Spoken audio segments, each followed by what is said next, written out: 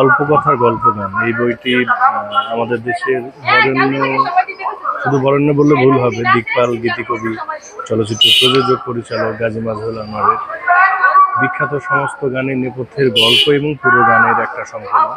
এবং আমি মনে করি এই বইটি সমস্ত বাংলা ভাষাভাষী শুধু নয়, যারা বাংলা গানের দর্শক আছেন, বিশেষ করে সিনেমার গানের বা সিনেমা প্রেমী আছেন, তাদের কাছে অনন্য বই হিসেবে থাকবে। কেননা এই গানের সাথে এই বইয়ে যতগুলো গানের কথা উল্লেখ করা হয়েছে ধারাবাহিকভাবে, প্রত্যেকটা গল্পে সিনেমার প্রযোজক, পরিচালক, অভিনেতা, অভিনেত্রী, বিভিন্ন কলা কুশলী, শিল্পী তো আছেই, তাদের প্রত্যেকের সম্পর্কে অনেক বিস্তারিতভাবে এই গল্পগুলো উঠে এসছে। এবং পাশাপাশি তখনকার কাজের পরিবেশ এবং পারস্পরিক আন্তঃসম্পর্ক, কি গান, একটি কালজয়ী গান দিনের পর দিন সময় নিয়ে তারা সৃষ্টি করেছেন, যার ফলে সেই গানগুলো এখনো পর্যন্ত টিকে আছে এবং যুগ যুগ ধরে একই আবেদনটা রেখেছে।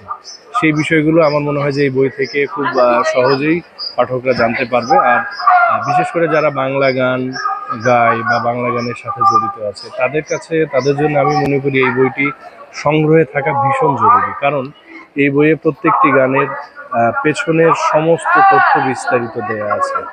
এবং শুধু তথ্য দিয়েই শেষ নয়, বরং এমন অনেক অনেক অজানা গান আছে বা কম শ্রুত গান আছে বা বহুল প্রচলিত গান আছে, যেগুলো কোনো লিখিত রূপ কোথাও পাওয়া যায় না। আজকাল আমরা অনলাইন প্ল্যাটফর্ম বলি বা ইউটিউবে বলি গান শোনার একটা বড় মাধ্যম, কিন্তু ইউটিউবেও দেখা যায় যে অনেক সময় অনেক গানের অনেক ভুল তথ্য থাকে এবং সেখানে তো পুরো লিরিক পাওয়াটা অসম্ভব।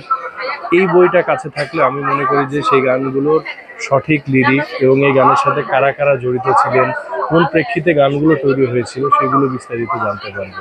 এবং ভাষাচিত্র প্রকাশনীকে আমি আন্তরিকভাবে অভিনন্দন এবং কৃতজ্ঞতা জানাই এমন একটি বই প্রকাশের উদ্যোগ নেওয়ার জন্য। কারণ সবসময় বাণিজ্যিক হিসাব বা এই বাণিজ্যিক হিসেবের বাইরে গিয়েও কিছু কাজ হয়ে থাকে, কিছু কাজ করে থাকেন আমাদের প্রকাশকরা, যে কাজগুলোর আসলে কোনো মূল্য দিয়ে বিচার হয় না। তেমনই একটি কাজ আমি মনে করি অল্প কথার গল্প গান, যে কাজটি ভাষাচিত্র প্রকাশনী ধারাবাহিকভাবে এই পঞ্চম খণ্ড পর্যন্ত প্রকাশ করে এসছে এবং ভবিষ্যতে তারা এই কাজটি করবেন, সেই প্রত্যাশা তো আছেই। একই সাথে সবাইকে আবারও এই বইটি সংগ্রহে নেওয়ার জন্য অনুরোধ জানাচ্ছি।